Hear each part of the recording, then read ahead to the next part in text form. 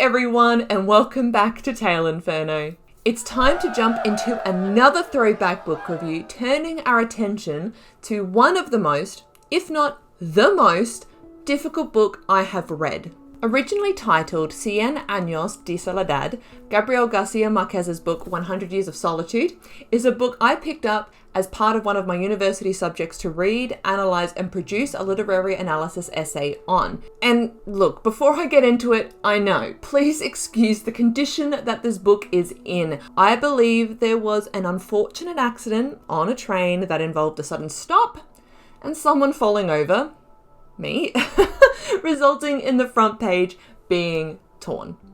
So it goes. I reviewed this book on the previous Tale Inferno back on the 2nd of August 2017, and I'd probably rate it something like a 2 out of 5. What began as a challenge I thrust upon myself turned into quite the journey, and it is now burned in my mind as a book that introduced me to the world of magical realism and a text I will never pick up and read again. So this is the perfect throwback book review as I get to look back and relive my trauma while sharing it with you. Before I get into this throwback book review, I do also want to say that this is one of those historically significant books that has huge depth, and there is every chance I'm going to analyze or refer to something incorrectly due to the time that has passed since I read this book. I apologize in advance my incorrect pronunciations of names and locations, and if I refer to something incorrectly. Now, with all that being said, let's get into it. I want to preface this throwback book review by providing some context as to why and how I came to find myself reading this book. As mentioned earlier, a university subject I was taking required the group to read and analyze a post-colonial text or a text written by a non-Anglo-Saxon author. We were given a list of books that we could read, which included texts like The Motorcycle Diaries by Che Guevara and The Color Purple by Alice Walker. And of course, 100 Years of Solitude was on this list. Now, here's the kicker. When receiving the list of books, my tutor strongly encouraged that no one pick up 100 Years of Solitude due to its complexity, noting that with the time that we had, it would be difficult to read the book and effectively analyze it for the essay. Now, look, if there's one thing you may come to learn about me is that when someone says, hey, I think you might struggle doing that, I'm always up for the challenge. It's almost like being motivated by spite. And look, it's not the first time I had been given similar advice from a teacher. Back in my final year of high school, one of the essays we had to do, which I think may have been like one of the higher percentage essays for our final grades, involved students taking 2 books and doing a comparative literary analysis on them. Again, students received a list of books that they could choose from, and there were some books on that list that were recommended against. I decided I would read and compare 1984 by George Orwell with A Clockwork Orange by Anthony Burgess. To cut a long story short, I was recommended not to do that due to, again, the complexity and the time that we had. But I did anyway. History repeats itself. And for those of you who may be wondering, I got pretty high grades on both of these essays. So challenge not only accepted, but delivered very well. Anyway, one key lesson that I did learn in all of this is that sometimes it's good to listen to your tutors because this was hard. 100 Years of Solitude gives an insight into post-colonialism in Colombia. It's regarded to be a difficult text to read, both in its style and its subject matter, and is a pinnacle text that popularized the style known as magical realism. I'll get into that a little bit later. It's a story that follows the Buendia family in a fictional village known as Macondo, and is a record of events that occur from the founding of the village to, you guessed it, 100 years after. It's written with an omniscient narrator. Now, you know I am a lover for omniscience, but most certainly was not a lover of it in this instance. Why? We're guided to see perspectives of all the Buendia family members, which there are many, and just to make it all the easier, they have repeated names and it's never clear when you shift from one to another. What I can appreciate about this, however, is what it's meant to represent. By repeating the names throughout the generations of the Buendias, it is emphasizing the cyclical nature of life. And if there is one thing about this book that sticks in my head is the whole idea of revolutions. Now, this is a huge simplification, but ultimately a revolution is a circle. You start at one point, you go through emotion, and you end up back where you began. A cycle, a rotation, a generation. As we watch the Buendia family move along the storyline, we find that younger family members are thinking and acting similarly as their parents or even their grandparents, and their actions result in similar consequences. The repetition of history, so to speak. Speaking of history, while a fictional town, Marquez does parallel the story to some hugely historical moments in Colombia, such as the Banana Massacre, highlighting the post-colonial elements of this story. So with those concepts in mind, it's a pretty significant book to read. But one area that can't be missed to talk about, which I mentioned earlier, is the style in which it is written. Magical realism.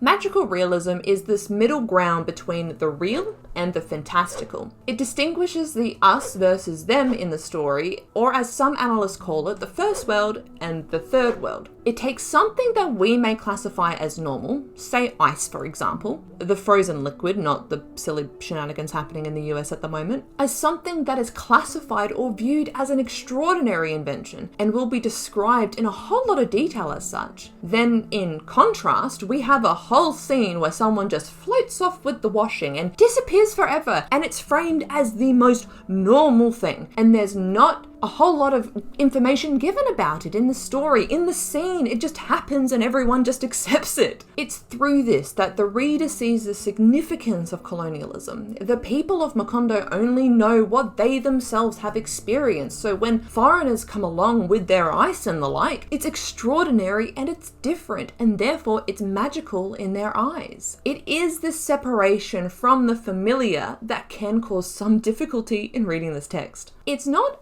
just these extraordinary inventions like ice that convey the magical realism in this text either. It's also the staggered timeline. We begin the story with the perspective of Aureliano Buendia, the son of the founder of Macondo, and he looks back at his time as a child. It then diverts to the perspective of Jose Arcadio Buendia, the founder of Macondo, and then later it goes back to when Macondo was first discovered. These jumps through time and perspective, particularly when it is not obviously clear, make this book challenging to know what part of the timeline you're reading, adding to the layers of difficulty when reading this book. Or at least that's how it felt for me. I'm sure there are people out there that absolutely love this book to death and its layers of complexity and symbology and how it all comes together in the way that it does. It is a complex book with a whole lot of depth, and I can appreciate that. A lot can be learned from it, and it is powerful in portraying the destruction that occurs from colonialism. Like many other post-colonial texts, this book is a powerful one that provides a perspective that might be missed or even unrecognized in Western societies. And ultimately, this book's dislocated style of magical realism is what popularized the style for other writers, making it a hugely influential text for a multitude of reasons. With that in mind,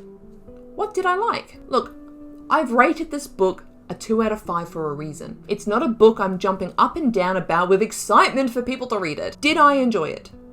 No. But was it an effective story?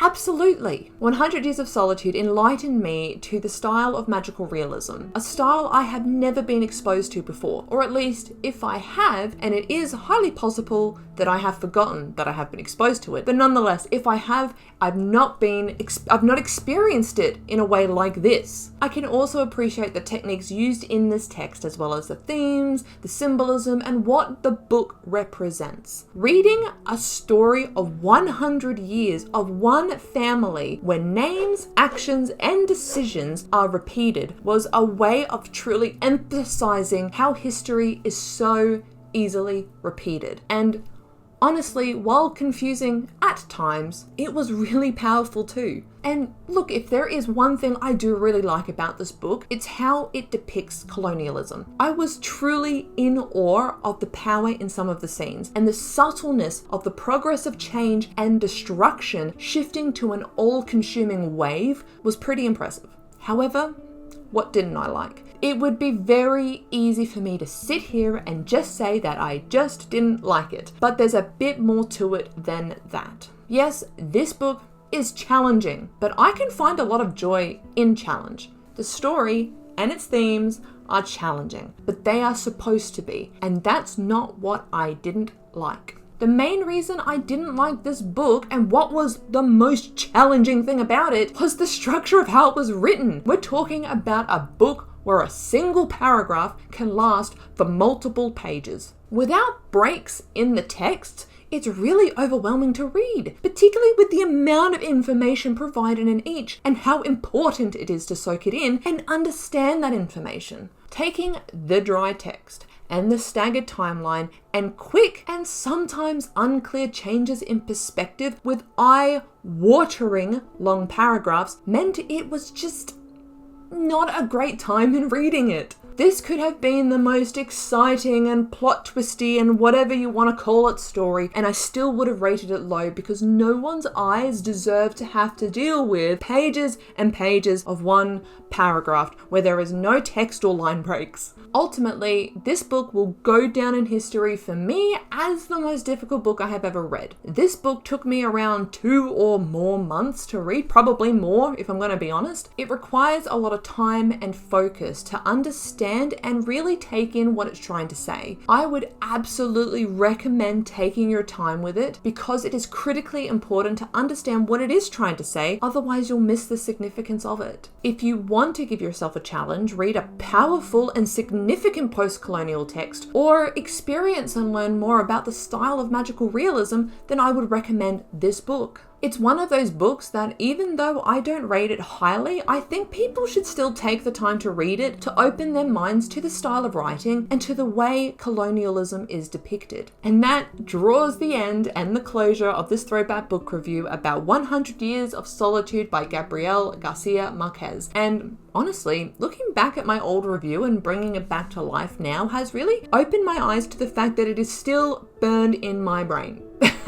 I know this only scratches the surface of this book, and I don't remember all the specific details of it, so there is every chance I have misinterpreted something or forgotten something, but it is still one of those books that I have big feelings about due to what it shifted in my brain, for good or for bad. Have you ever read 100 Years of Solitude by Gabriel García Márquez? Did you feel the same about it as me, or did you experience it differently? Is it one of your favorite books? Look, let me know in the comments, as this is one of those books I would love to hear other people's experiences with. While you're at it, if you enjoyed this throwback book review, give it a thumbs up, as it's neat when you do. And if you want to keep seeing videos about all things weird and wonderful in the world of storytelling, make sure to subscribe to the channel and even ring the bell if you want. Tale Inferno is a place where we ignite the story, the storytellers, and revelers alike. Thank you for watching. Have a great rest of your day, rest of your night, and rest of your week, wherever and whenever I'm finding you. I look forward to igniting the story with you again in future. See ya!